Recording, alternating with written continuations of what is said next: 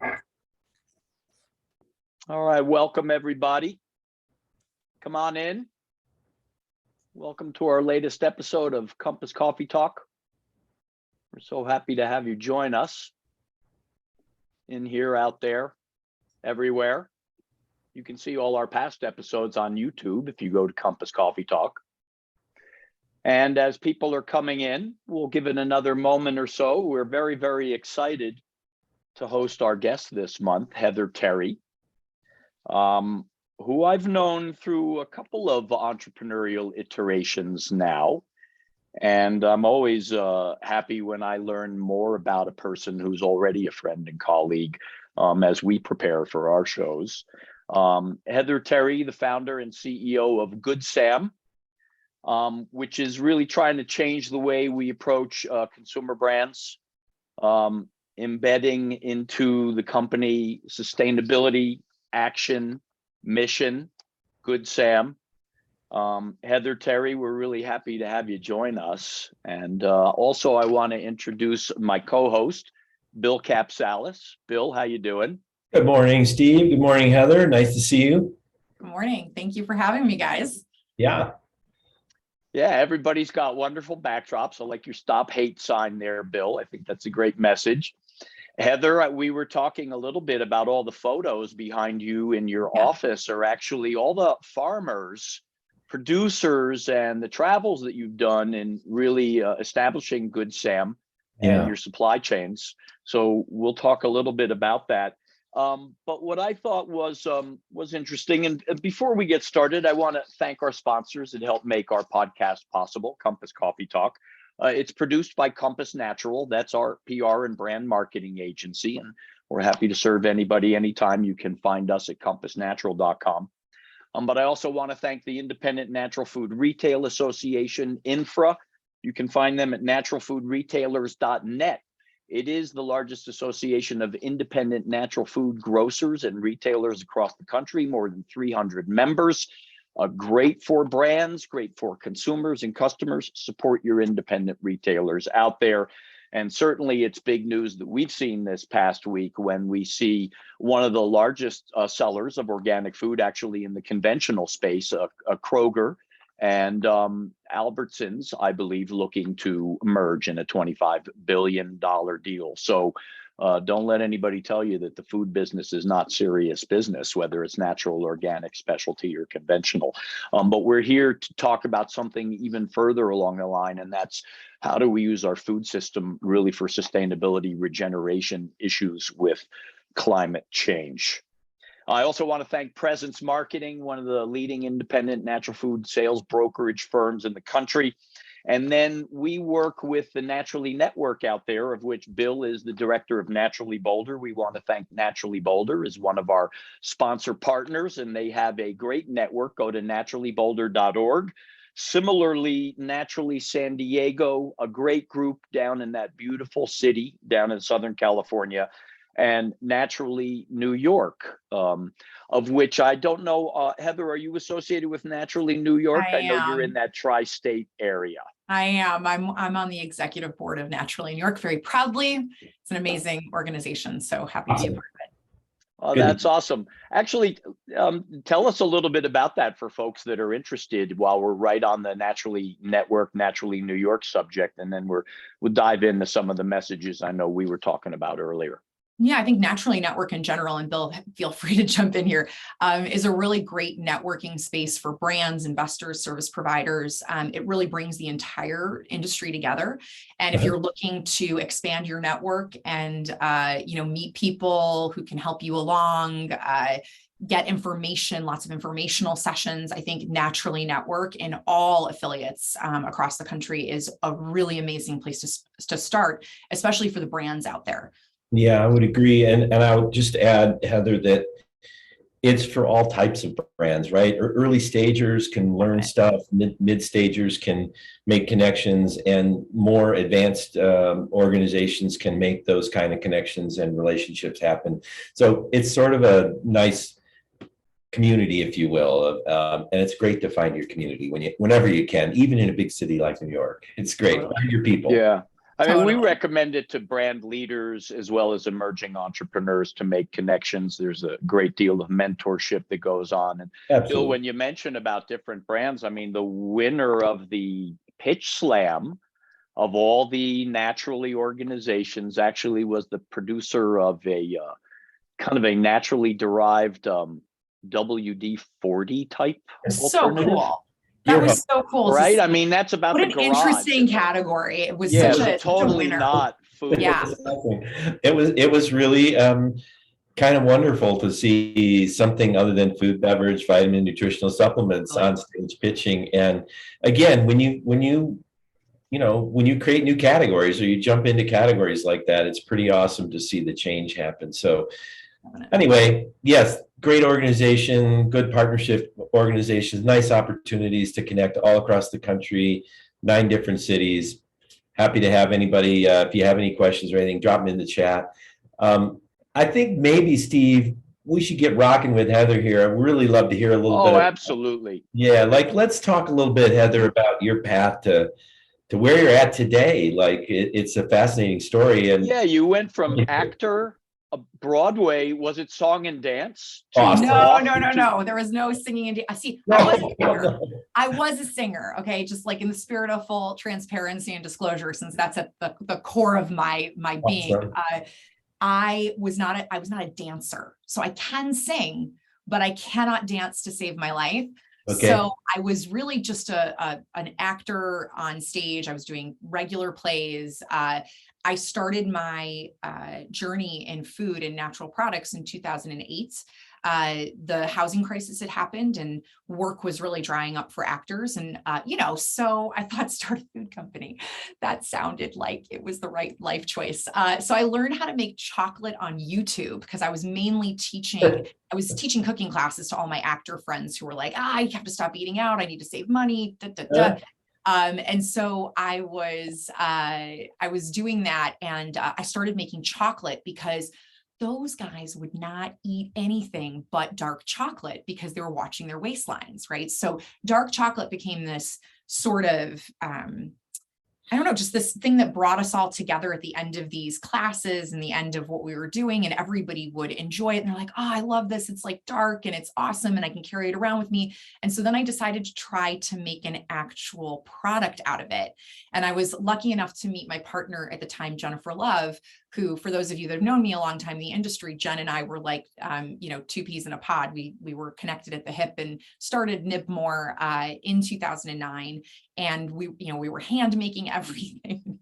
It was completely ridiculousness, walking up and down the streets of New York City, peddling our wares, opening up our coats to be like, do you want a chocolate bar? Do you want to buy a chocolate bar? You grew it into a very successful brand. We did, and we sold it to private equity in 2015, and and then we moved on. And the brand still exists today, and we're so grateful for that it still has such a great team and a purpose behind it, and we were the first non-GMO verified chocolate bar on the market, and so we were very early in 2010 on non-GMO project, and awesome.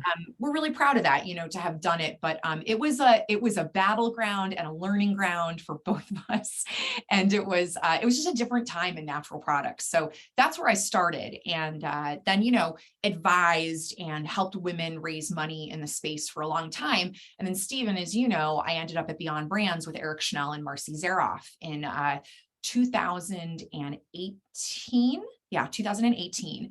And then the project of GoodSAM landed across my desk as one of the first projects. It came to me as a supply chain. I had no intention of going in to be a founder or an entrepreneur again. I was really squarely advising at that point and investing in companies.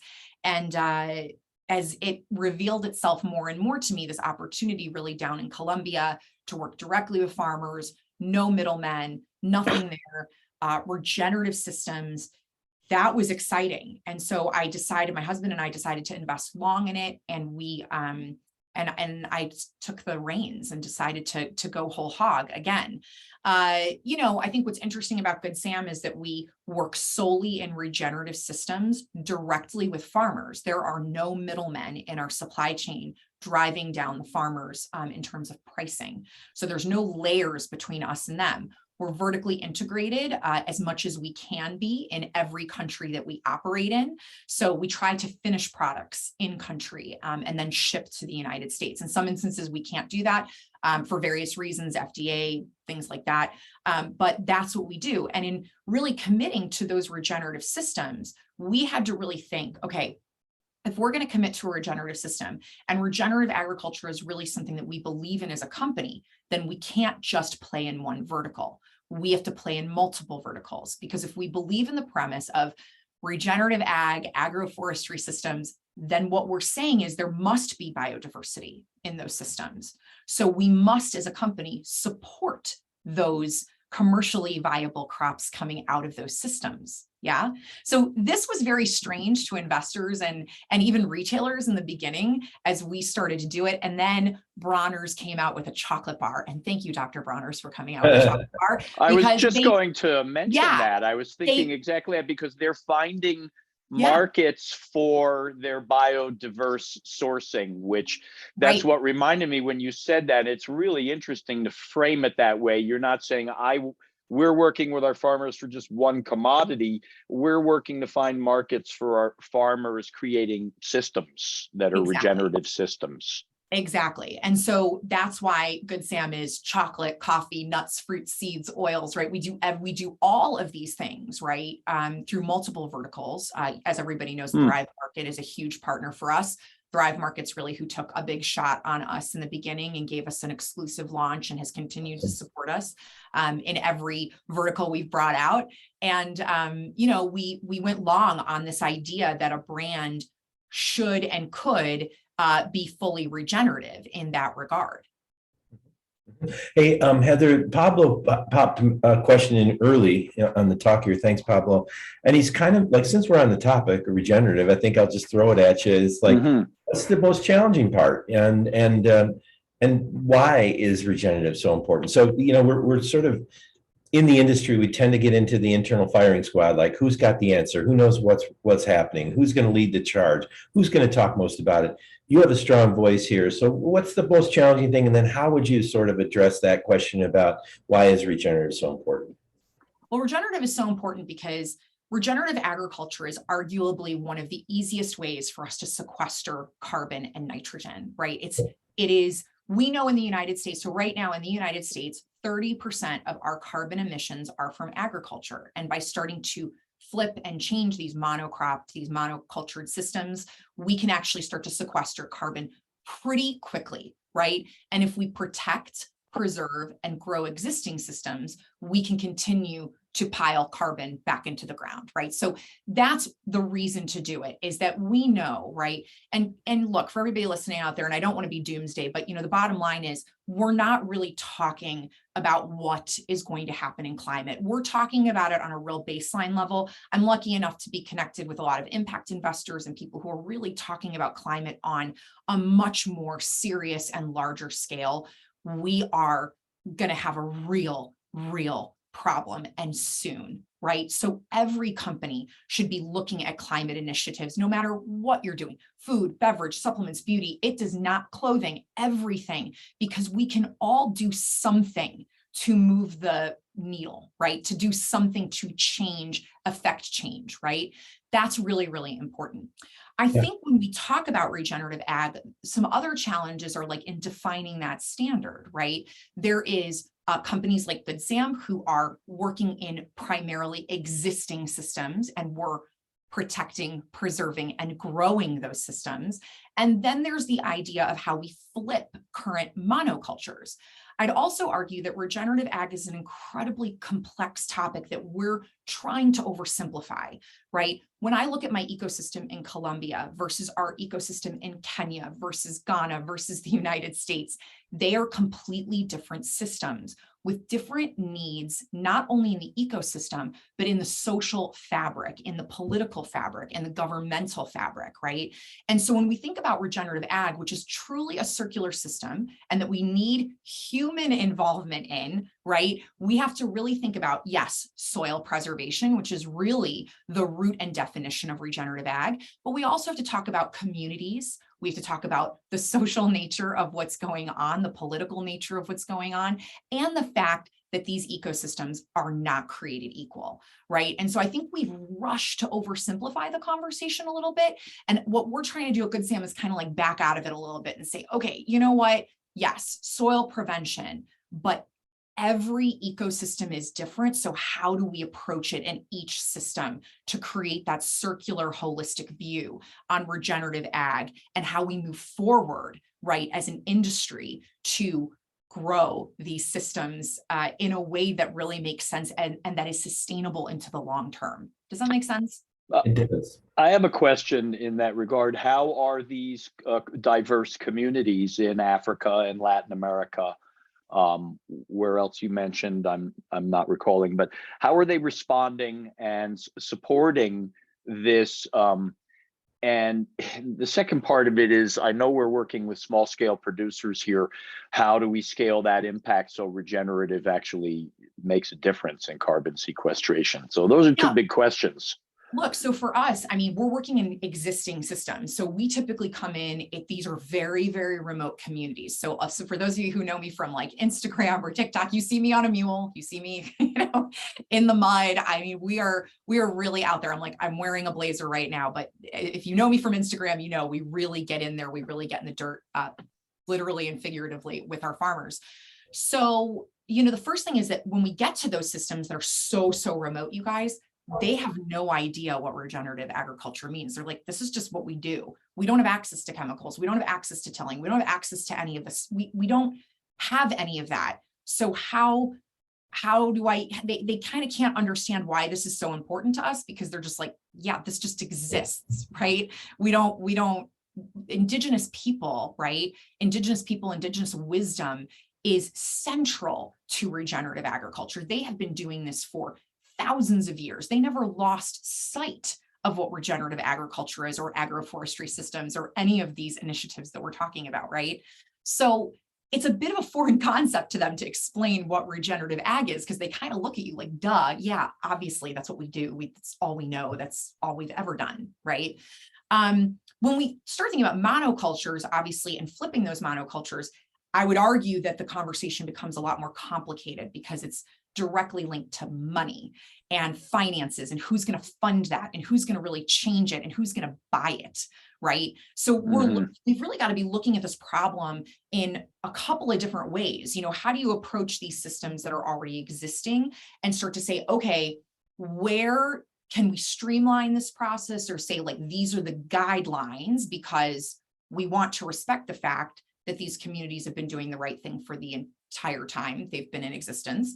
And then with the places that have lost their way or are trying to turn it around, how do we support that through government, private money, initiatives? How do we do that, right? Because, I often say this at GoodSAM, in the Western world, we look at farmers through a lens that is a little dehumanizing, right? We sort of look at them as if they're in servitude to us. We call them farmers.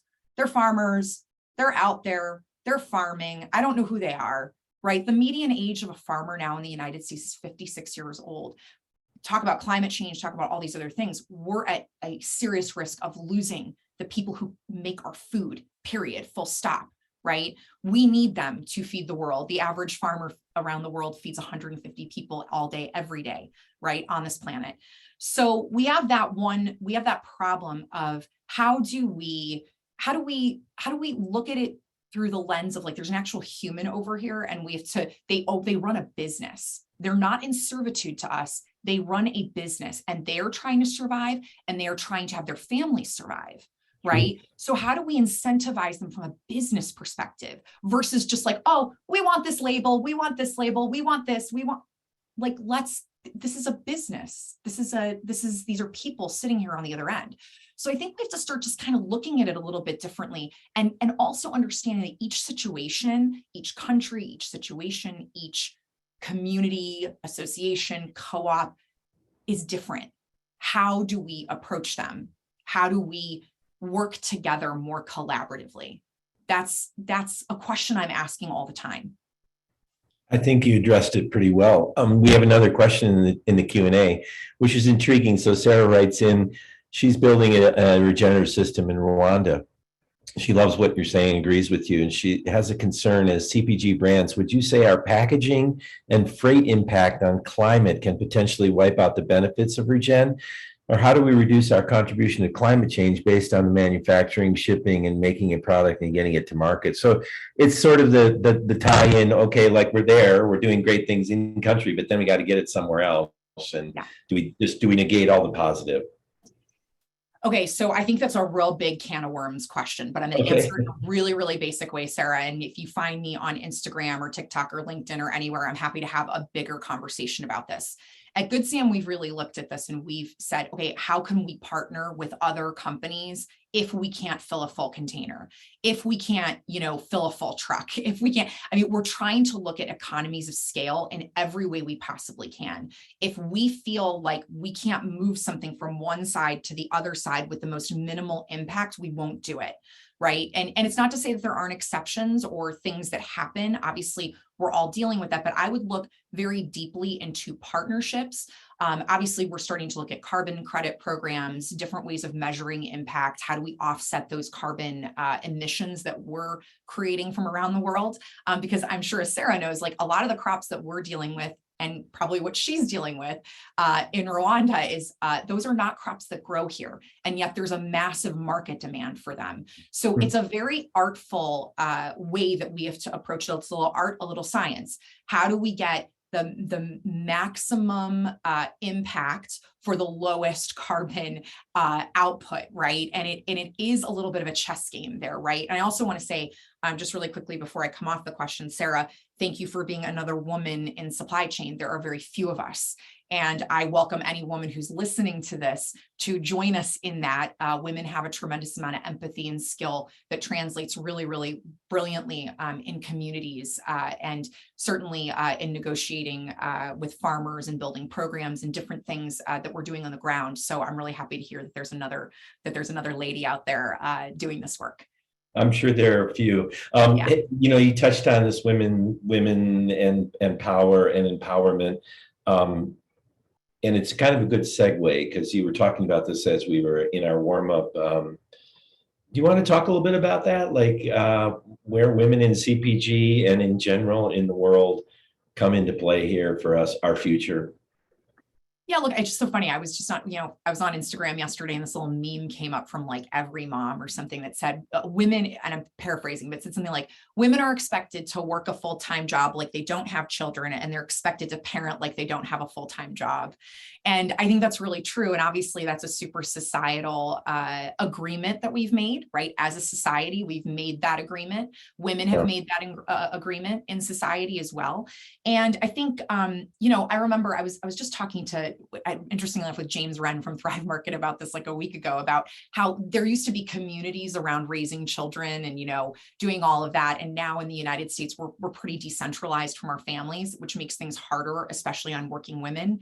And I think, trying to find those tribes, trying to find those support systems, women have a tremendous skill set to bring to entrepreneurship and driving these types of companies. I think we have to just really think creatively about how we construct our lives around the purpose that we have in life as well, right? Because yes, our purpose can be our children, and that's great for some people. For some of us, it's different. And I think if you have that desire, building that community around you is just super, super important. But I'm a really big believer that my daughter, she's 8.5, who watches me, ping pong around the world and sees everything that I do.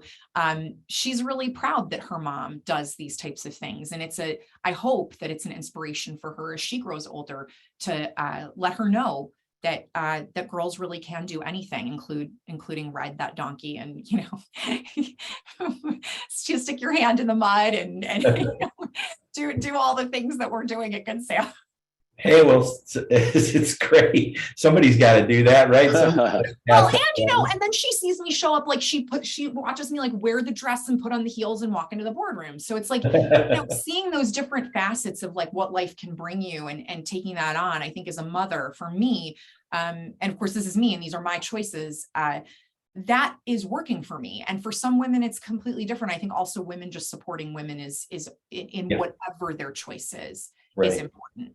right? Because we stigmatize it on both sides, right? Yeah. Yeah. I think mentorship, role models are really important.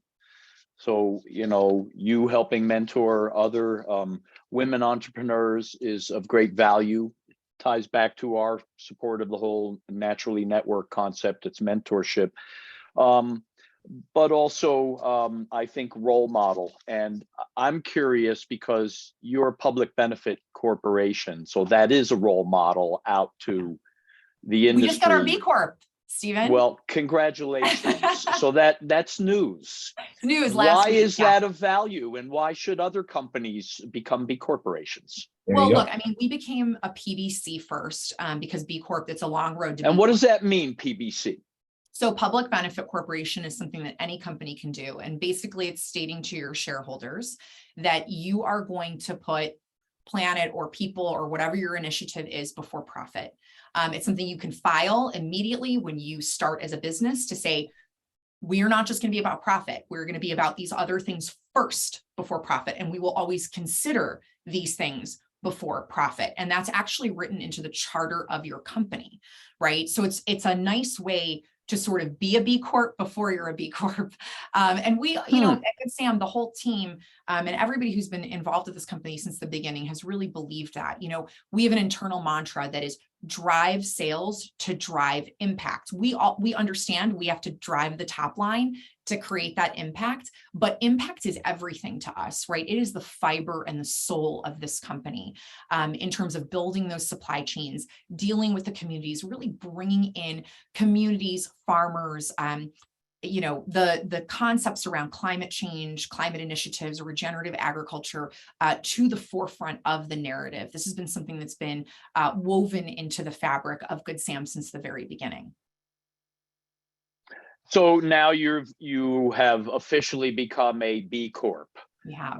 How does that empower your business? And again, for others, it's we're very supportive because I think it holds businesses to serving stakeholders, not just shareholders. Yes, and that's exactly why it's so important. It basically states that a company is doing more than just selling their end product or greenwashing a product, or that there is real substance behind that business somewhere, that you can delve deeper into what different companies do, and some are on the lower end and some are on the higher end. And I think being able to hit that benchmark in some way and start working toward those initiatives is what we want to see, right? We want to see every company striving to become a B Corp because it means they're striving to do something internally that means something outside of that top line profit. Yeah. Heather, we're pushing up against a half hour here, and I want to make sure. No. Yeah, I know. It just flew by. What's your sort of mid to near-term future look like for you personally and for the company? Where do you see things going right now? And then if you want to touch on a little future of food, that'd be great. Just love to hear your thoughts on what's happening currently and where you think you're headed right now. Yeah, I think, look, the retail landscape is getting really interesting. We're seeing a lot of retailers come out with KPIs and statements about where they want to be with climate, with regenerative ag, with human equity initiatives. And I think every company out there, big and small, need to be thinking about how they want to approach helping those retailers get to those KPIs in a meaningful and sincere What is KPI? It's basically the benchmarks, right? It's your key performance indicators, your benchmarks, okay. Right? We want to be net carbon neutral, right? As an organization by X. Okay, well, if let's say Walmart has that initiative, how can you contribute to that? How can you be a part of that and be able to bring your brand in to help them along with those initiatives? That's really important, right? And then I think, we talked about this a little bit in the pre-call, and maybe this will be my final thought. The natural products industry has a real opportunity here to be a leader in things like regenerative agriculture, direct trade, focusing on the entire supply chain, not as a chain, but with real human faces, real human equity, right? And I think we've we've fallen short of that as an industry. We've allowed really big business to come in and absorb companies, and we've allowed the industry to be looked at through how can we acquire and how can we make the most money in this industry. And I think we're at a real interesting crossroads here when we talk about climate, regen, direct trade, human equity, right? All of these topics, transparency, sustainability, circularity, ESG, right? All of these things. We have an opportunity as an industry to say enough is enough. Profit above all is damaging. It is something that we cannot sustain long-term as an industry. It's been great to make a lot of money all these years, and we will continue to make money as an industry. But what can we do to focus on longer term initiatives and really be a leader in food, not a leader in the innovation that then goes to large companies, but a leader in food, beverage, beauty, fashion, all of it, through that natural lens, through the lens of what is the real future of all of these things in the world. And we have that opportunity right now. We can either keep doing what we've been doing, or we can change something. So I urge everybody out there in the natural products community to start thinking about how we can own that, change it, grow it, respect the people, especially the stakeholders, all the way along the way in every business to really change the world. Very eloquently and passionately said. Where can people communicate with you if they want to reach out? Absolutely. So GoodSAM is on Instagram at GoodSAM Foods. We're also on LinkedIn. We're on Facebook. Then you can reach me personally at Heather K. Terry on Instagram, LinkedIn, TikTok, all of it. But yeah, we'd be happy to talk to you either through the brand or me personally, myself. The door is always open. We're always happy to engage in these topics. And as consumers, we want to support brands such as GoodSAM that are doing good things. Absolutely. Where can people find your products? So Thrive Market and Amazon are our two primary retailers, but I'm really happy to say that about 3 weeks ago, we launched at Erewhon and are doing quite well there.